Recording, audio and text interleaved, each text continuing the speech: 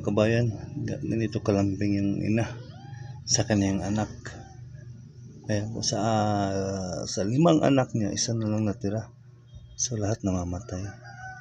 Iwan ko kung bakit namamatay, kaya pinapakain niya.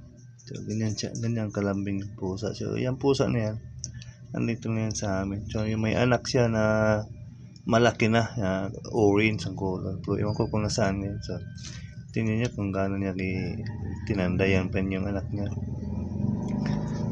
Mga kabayan, sobrang lambing tong inahan ito, kaso lang namamatay yung mga niya, mga anak niya. Hindi ko alam kung ano. Sit niya, binantayan yung anak.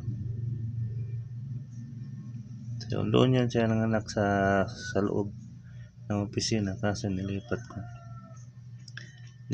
ko dito sa labas. Himbing na himbing yung anak ko. Himbing na himbing yung anak, diba? So yan po. Yan po yung mga tanim. Bero. Yan yung mga. Ang ganda ng panahon. Ang ganda ng panahon. So ito yung bunga ko sa ampalaya. Yan. Naka-harvest na rin tayo. 6 ang hinarvest ko ngayon. So, yan. Bero lang po tayo. So, balik natin sa kanila. Tingnan natin kung paano sila natutulog mag-ina. Ang sweet na mag-ina sa kanyang anak.